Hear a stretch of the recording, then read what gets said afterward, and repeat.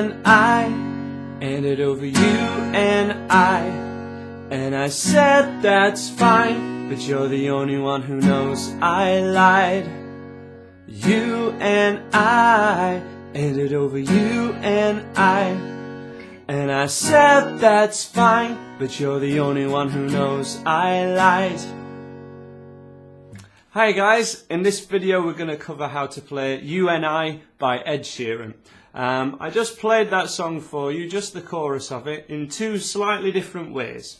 The first way is in line with my beginner's course, so if you've come from my absolute beginner's first video, you'll have learnt the chords E major and A major, and we can play the whole of this song just with those two chords along to the record, and it sounds great.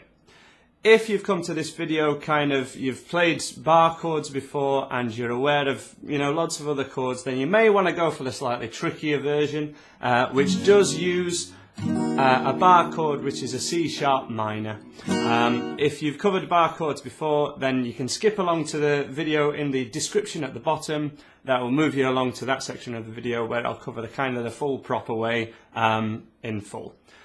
At the moment I'm going to be covering just the absolute beginner's way, and this can be a great way to start off just playing along to the record. If you've come from my first beginner's video, you'll understand a little bit about bars and beats. In this song we have two bars of E major, so 1, 2, 3 and again 2, 3, and then we have one bar of A major, and then finally your E major, and that chord sequence repeats for the chorus and every verse. With your strumming pattern, I always recommend this song for all my absolute beginner students. I've taught it many times, and this covers the style of strumming where you're going to strum on a certain word, because if you want to start out playing absolute beginner's guitar, you may wish to sing along to what you're playing. And especially if it's kind of an acoustic-y singer-songwriter song, it can be lots of fun. It can be really fun to play along to the record, but also to sing along on your own as well. And if you're counting, that can be really tricky to do. If you're counting every beat and you've got to think of the words at the same time, it's probably not going to happen. It's probably going to be really tricky for you. So what I'd like you to do here is strum on a certain word, and I kind of call this the songbook style, and if you search for chord sequences online, this may be how it gets laid out, so it kind of preps you for that. So for each bar we're going to play strum and strum, and this goes along in line with the lyrics. For example, you and I. If you click on the other links below, you will see a link to my website where I've got all the chord sheets printed out for this song, for this version and the harder version later on if you want to have a go at that. But if you click to that so that you can see what I'm referring to here, your first bar of E is written as we've previously covered it, but you've got two horizontal lines, and they indicate when you're going to strum. And you're going to strum on you and then on I. And that same kind of pulse, that same rhythm is going to happen on every bar, and it will strum on kind of the first and last word of each sentence. So just as an example, one more time, you and I ended over you and I. So every time you play a bar, you're going to go strum and strum, rather than having to count 1, 2, 3, 4, 1, 2, 3, 4. Because that can be detrimental to you playing and singing this along and for it sounding really good and also being enjoyable. So we've got the two bars of E, then the one bar of A. Just to start off with, we'll play along just on the first count of 1. So at the start of each bar, E, E, A, E. So it can be a new chord sequence to get used to, this one. So in 2, 3, 4, E, 2, 3, and again E, 2, 3, then an A, 2, 3, finish on E, 1, 2, 3, 4. Okay, we're just going to go for that one more time, but let's see if we can do it twice on the trot. Okay, so this is going to be for your whole chorus. from the top again, from your E, 2, 3, 4. E, 2, 3, 4. E again, 2, 3. Then an A, 2, 3, back to E. 1, 2, 3, 4, and stop. If you're still finding that trickier, then I recommend you just focus on the changes between E and A to start off with, and maybe just try the next bit just with the rhythm and stay on the E chord. There's a possibility that this might be the second song or the second thing that you've ever played on guitar. So chill out, don't worry about it, you'll get it. Give it a couple of days of this E and A method that I go through with you in great detail in that first video. Come back to this and I'm sure you'll get it. If you've got it, if you're feeling okay, feeling confident, we're going to go for this new strumming pattern, which is just copying what he's saying in the words, strumming, strum and strum. For example, you and I. And we're going to keep that going for just once, just one round of the chord sequence that I've given for you, and then we'll put it into the rest of the song. Okay, so we're going to play strum and strum. In 1, 2, 3, 4. Strum and strum. E again. Strum and strum. Then to A. Strum and strum. Back to E. Strum and strum. One more time. In 1, 2, 3, 4. You and I. Headed over you and I. Then to A. And I said that's fine, but you're the only one who knows I lied. Okay, and that is your chorus. Your challenge is to try and keep that going through the verses as well.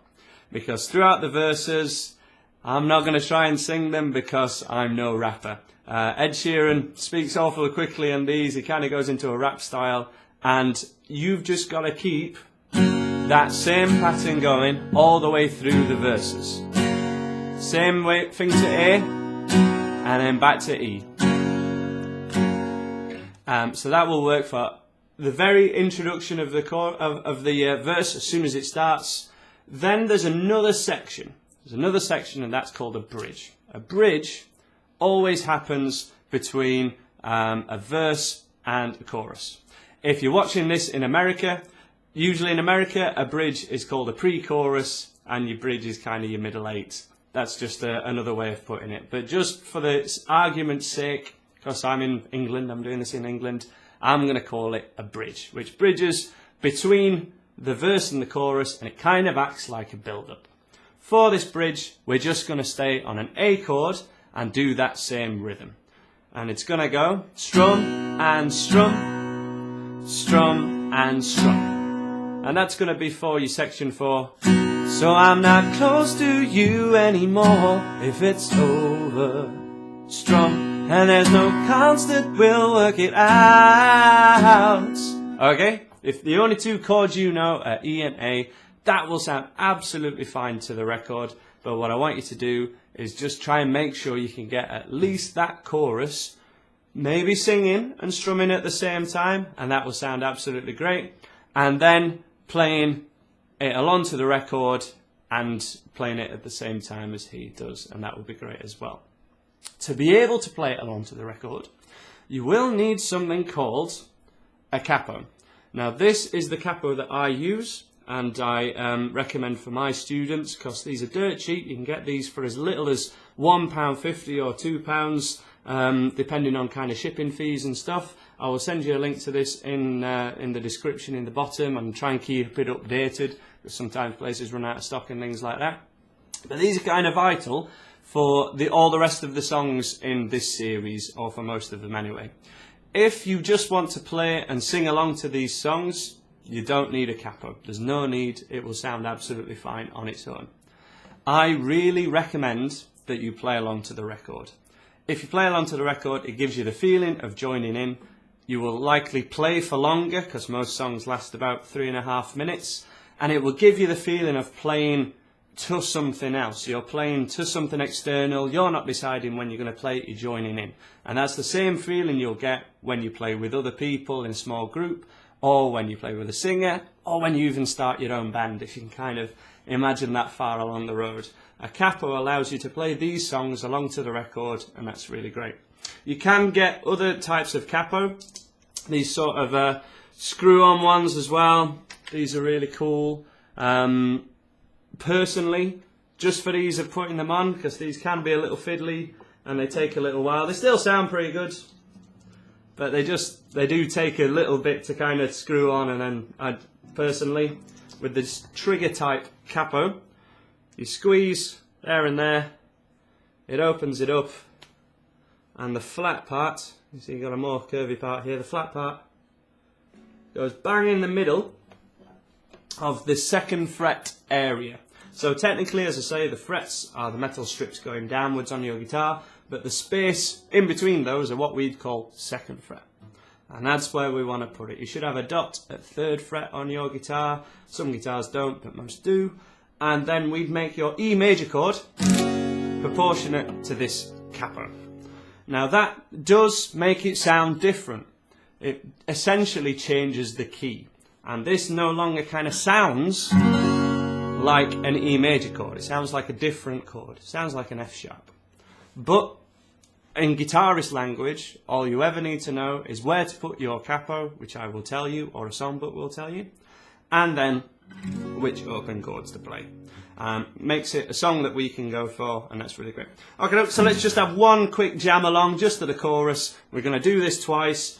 E, E, A, E is your repeating chord sequence, strumming along to me in 1, 2, 3, 4. You and I ended over you and I said that's fine, but you're the only one who knows I lied. You and I ended over you and I said that's fine, but you're the only one who knows I lied. And that's how to play the easy beginner's version of Ed Sheeran, You and I. If you like that video, please subscribe and like my videos so that I will make you more of these easy, free beginners videos. Okay, now we're going to crack on with the slightly harder version to play this song, Ed Sheeran, You and I. We're going to go for a bar of E and another. And then we need to bar with your first finger at 4th fret.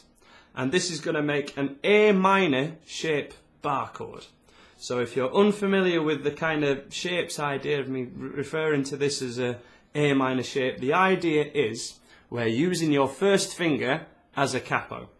The advantage of that is we can move it, so we're not limited to just having your capo at, say, 2nd or 4th fret.